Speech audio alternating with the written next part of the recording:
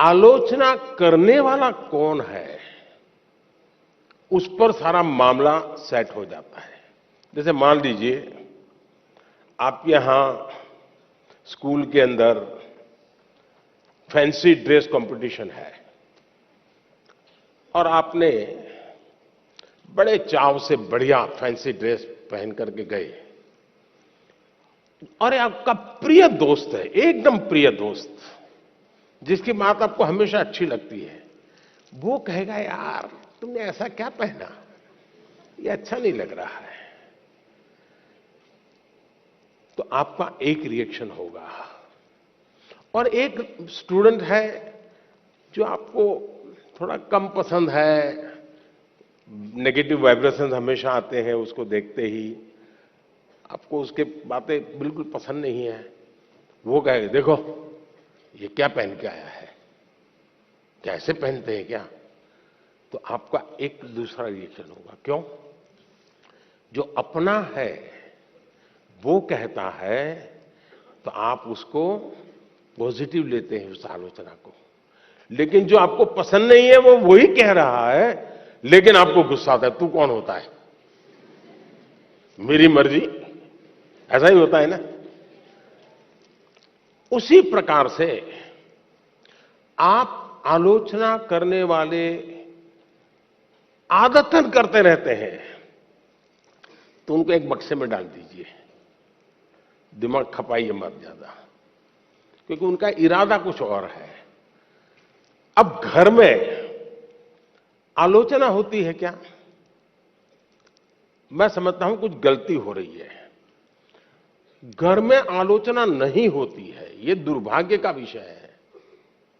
आलोचना करने के लिए मां बाप को भी बहुत अध्ययन करना पड़ता है, आपको ऑब्जर्व करना पड़ता है, आपके टीचर को मिलना पड़ता है, आपके दोस्तों की आदतें जाननी पड़ती है, आपकी दिनचर्या को समझना करना पड़ता है, आपको फॉलो करना पड़ता है, आपका मोबाइल फोन पर कितना टाइम जा रहा है, स्क्रीन पर कितना टाइम जा रहा है, सारा बहुत बारीकी से कुछ न बोलते हुए मां बाप ऑब्जर्व करते हैं।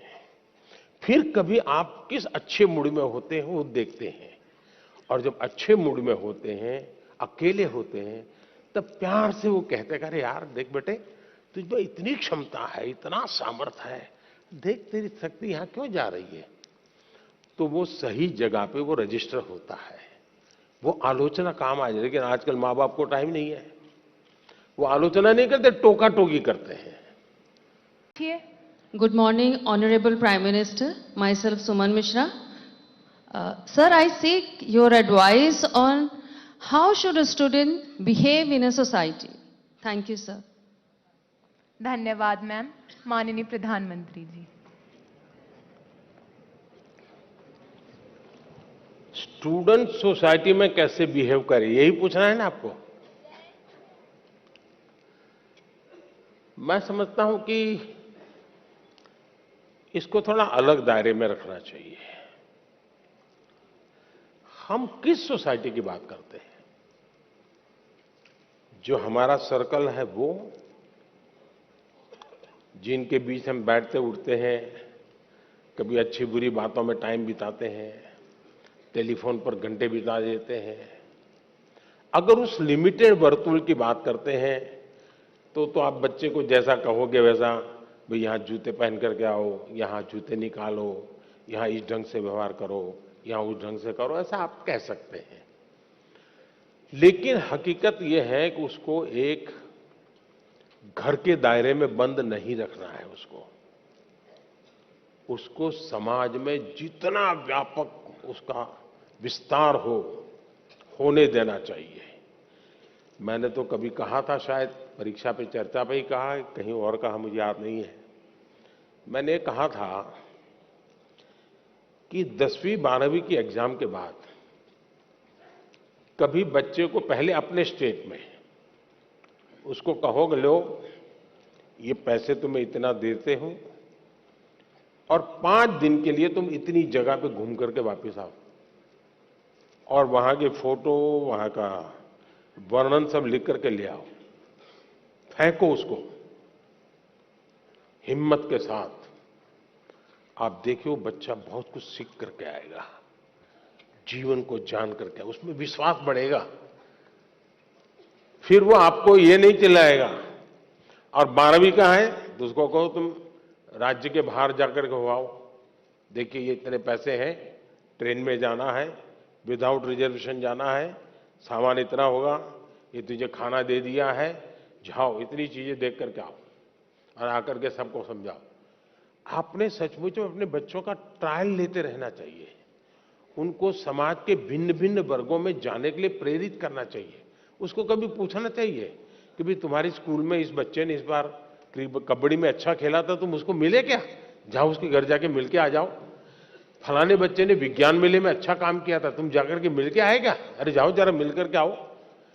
उसको उसका विस्तार करने का उसको आपको अवसर देना चाहिए।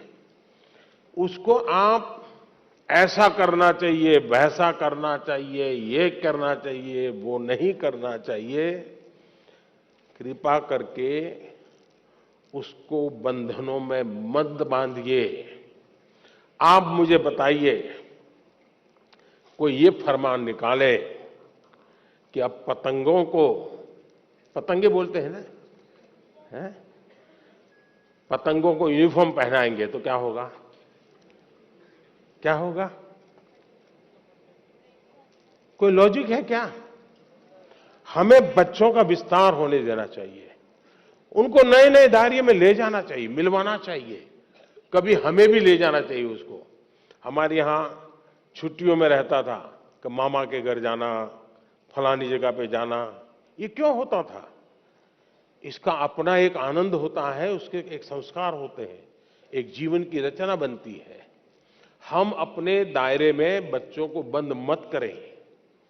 हम जितना ज्यादा उनका दायरा बढ़ाएंगे, हां, हमारा ध्यान रहना चाहिए,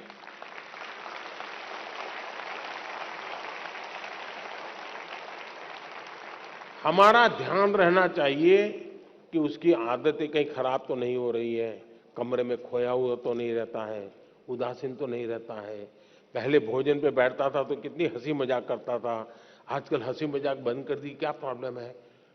माँ बाप को तुरंत स्पार्क होना चाहिए। ये तब होता है जब बच्चों को वो एक अमानत के रूप में ईश्वर ने उसको एक अमानत दी है, इस अमानत का संरक्षण संवर्धन उसका दायित्व है। ये भाव अगर होता है तो परिणाम अच्छे आते हैं। ये भाव अगर होता है मेरा बेटा है, मैं कहूंगा वही करेगा, मैं ऐसा था इसलिए तुझे ऐसा बनना है, मेरी जिंदगी में ऐसा था तेरी जिंदगी में ऐसा होगा, तो फिर बात बिगड़ जाती है। और इसलिए आवश्यकता यही है कि खुलेपन से हमें समाज के विस्तार की तरफ उसको ले जाने का प्रयास करना चाहिए, उसको जीवन की भिन्न भिन्न चीजों में जुड़ने के लिए प्रेरित करना चाहिए। मैं तो कभी कहूंगा कि मान लीजिए आपके यहाँ वो सांप छछूंदर वाले लोग आते हैं, कभी बच्चों को कहो भाई तुम जाओ इसके साथ बात करो, वो कहाँ का रहने वाला है, कहाँ से निकला, इस धंधे में कैसे आ गया, क्यों सीखा, चलो मुझे समझाओ, वो उसको पूछ करके आओ, उसकी संवेदनाएं जग जाएगी जी, वो क्यों ये काम कर रहा है, जानना सीखना सहज बन जाएगा। कोशिश करनी चाहिए कि आपके बच्चों का विस्तार ज्यादा हो, वो बंधनों में न बन जाए, उसको खुला आसमान दीजिए, आप उसको अवसर दीजिए, वो समाज में ताकत बन के उभरेगा। बहुत बहुत धन्यवाद।